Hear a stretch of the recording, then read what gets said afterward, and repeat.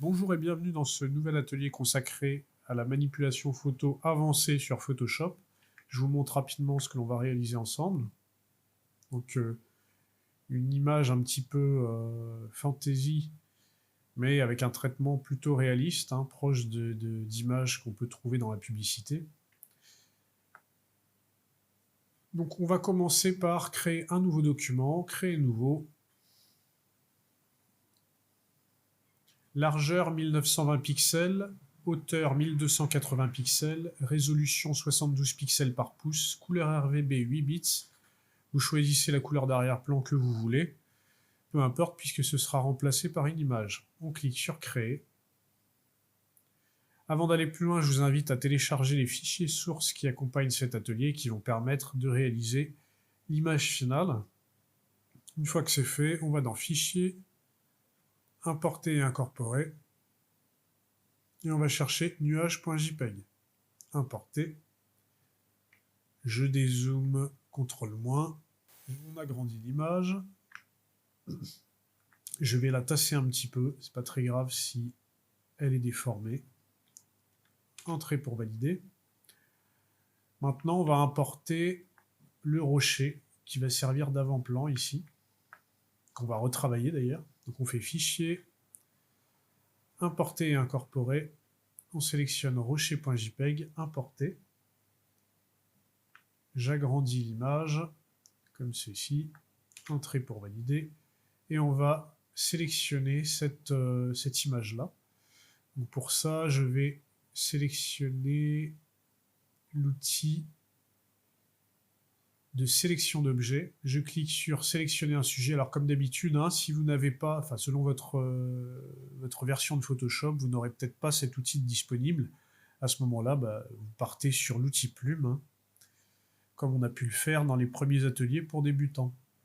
Ou alors également avec le pinceau et un masque de fusion, ça marche très bien également. Donc on fait sélectionner un sujet, et en principe, sur une image comme celle-là, il devrait vous faire un détourage correct. Du moins un premier détourage correct. Ok. Je prends l'outil lasso polygonal, je fais mage pour ajouter de la sélection là où il n'y en a pas, c'est-à-dire ici. Je zoome, CTRL+, et je vais également rajouter une petite portion là. Donc là, je fais à chaque fois mage, hein. Vous voyez le petit plus qui apparaît, qui me permet de rajouter de la sélection là où ça m'intéresse. Donc là, cette portion d'image est un petit peu floue, on peut y aller sans crainte. Je dézoome et je vais ajouter un masque de fusion à partir de cette sélection.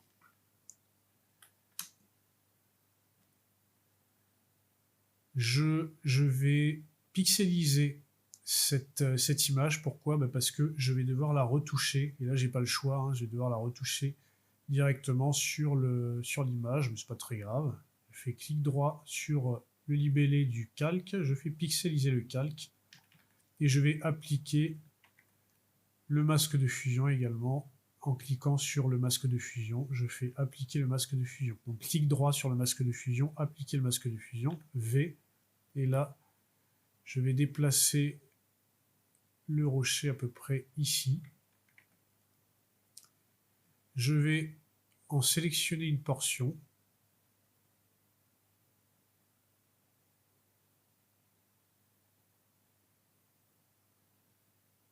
Je fais CTRL-C, CTRL-V, V pour sélectionner l'outil de déplacement. Et vous voyez, je déplace l'élément comme ça.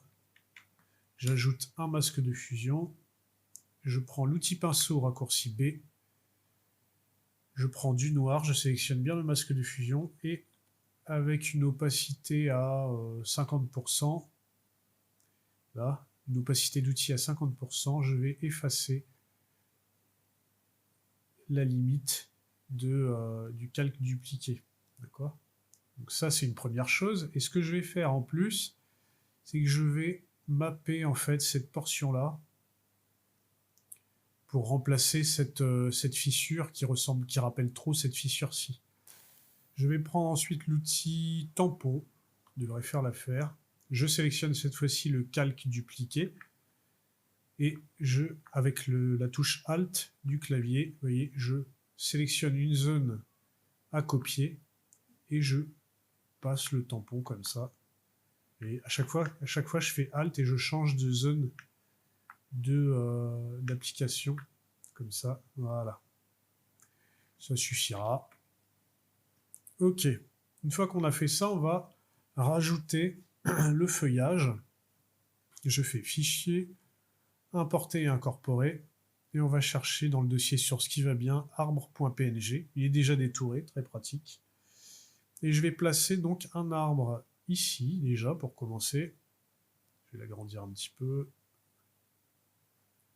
Ça va faire office d'avant-plan. Entrée pour valider. Je duplique ce calque, CTRL-J. Je vais placer le calque dupliqué derrière rocher, donc en dessous du calque rocher. Je vais le renommer dès maintenant en arbre 2.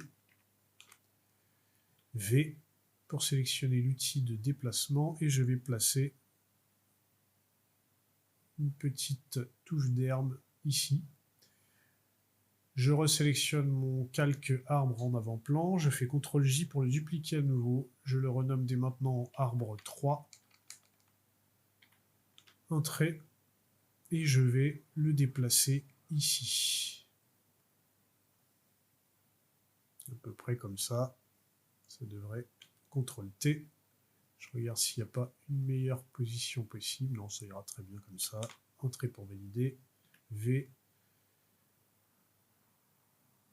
Ok, donc on va s'arrêter là pour cette première étape. Et dans l'étape suivante, on va commencer à retoucher nos différents éléments hein, pour créer une ambiance lumineuse, un début d'ambiance lumineuse cohérent. Donc je vous dis à de suite pour la suite.